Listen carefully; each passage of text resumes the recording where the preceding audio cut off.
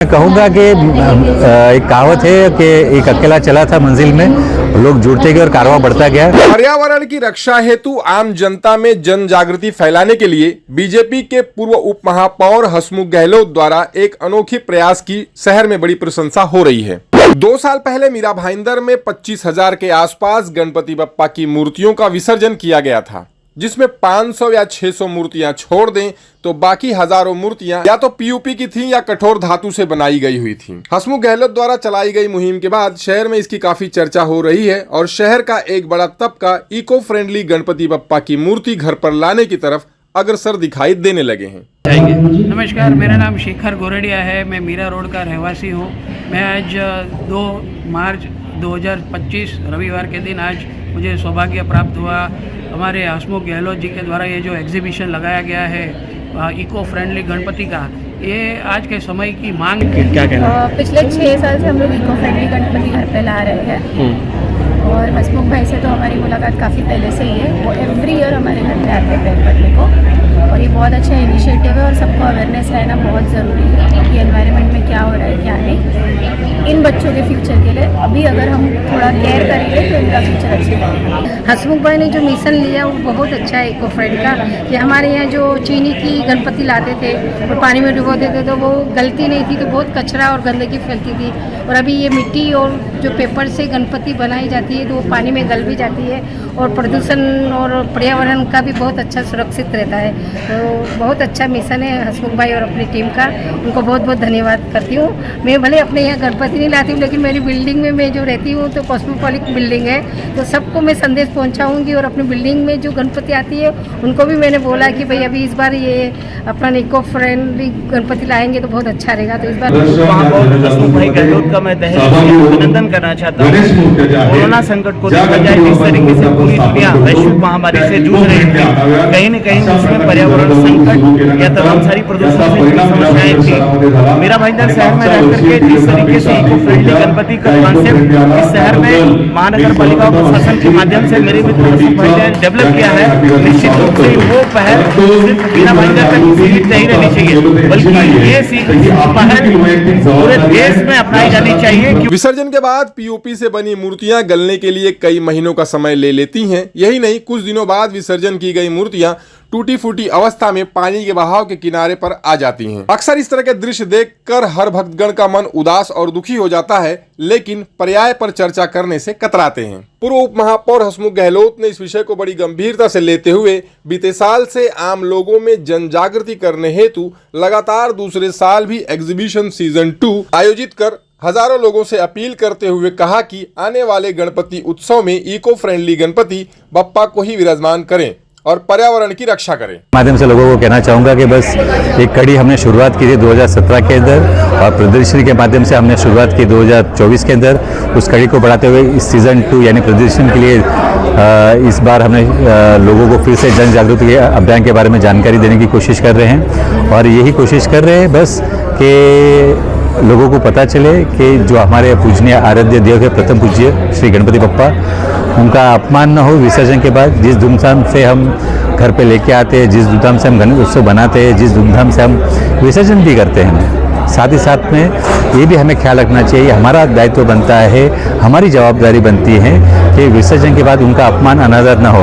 और जैसा हमने कहा है कि हमारी संस्कृति हमारी जवाबदारी, आपके माध्यम से मैं हाथ जोड़ के लोगों को विनती करूंगा कि आप भी इसमें सहभागी होइए और अपने परिजनों को, अपने मित्रगणों को, अपने आसपास लोगों को बताइए कि हमारे जो पूज्य देव है उनका अपमान न हो। इसमें पूरी पहल आपकी होनी चाहिए।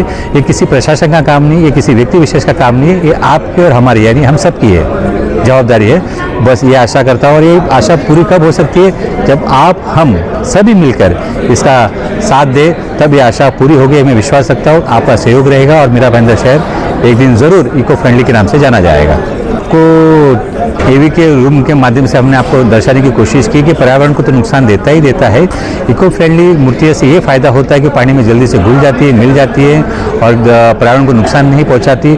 और साथ ही साथ सबसे पहले ये प्रायोरिटी मेरे लिए ये है, जैसे मैंने कहा, हमारी संस्कृति हमारी जवाबदारी, हमारे आराध्य देव, हमारे प्रथम पूजनीय देव, उनका अपमान नहीं होता है, उनका अनादर नहीं होता है। कि जो पूरे कार्यक्रम का सबसे बड़ा दिल से धन्यवाद करता हूँ श्री हसमुख गहलोत जी को, जिन्होंने ये इनिशिएटिव लिया ये चीज़ को, और आज ये सीज़न 2 कर रहे हैं। ऐसे तो 2017 से सोशल मीडिया पर उन्होंने अनेक गतिविधियाँ की है, बट पब्लिक के लिए जो ये एग्जीबिशन ऑर्गेनाइज करना, ये सेकंड सीज़न है इनका और सक्सेसफुल सीज़न है। बहुत ही अच्छा मैसेज उन्होंने पर्यावरण के लिए और लोगों के जागरूकता के लिए ये मैसेज दिया है।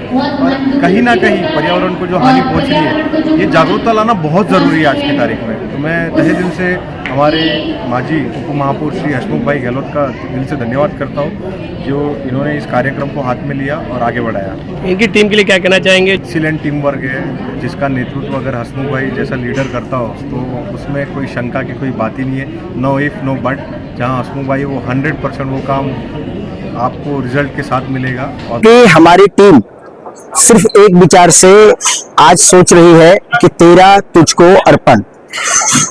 हमने प्रकृति से जो भी लिया है वह प्रकृति को ऐसे का ऐसा वापस जाए, इसी विचार के साथ हम सभी के जो बड़े भाई हैं हसमुख गहलोत जी, उनकी ये परिकल्पना है, संकल्पना है कि हम लोग पूरे मीरा भाईंदर में एक दिन में तो नहीं पर एक दिन जरूर इको फ्रेंडली गणपति का उत्सव मनवा के रहें और हिंदुस्तान में एक पहला शहर हो जिसमें पूरा इको फ्रेंडली गणपति का उत्सव हो। साथ ही आपने पूछा कि मेहनत कितनी लगती है, तो मेहनत कितनी भी लगे उसकी कोई परवाह नहीं है, लेकिन मेहनत तब संतोष देती है, तब संतुष्टि देती है जब लोग आते हैं और जो लोग इसका प्रतिसाद देते हैं। आज मैं आपको बताऊं कि 2023 से 2024 में लगभग 150% अधिक लोगों ने अपने घरों में इको फ्रेंडली गणपति बप्पा को लाया, बिठाया, पूजा किया और अपने ही कंपाउंड में, अपने ही परिसर में उनका सहर्ष विसर्जन कर दिया। बड़ा अच्छा लगता है वो दृश्य देख के।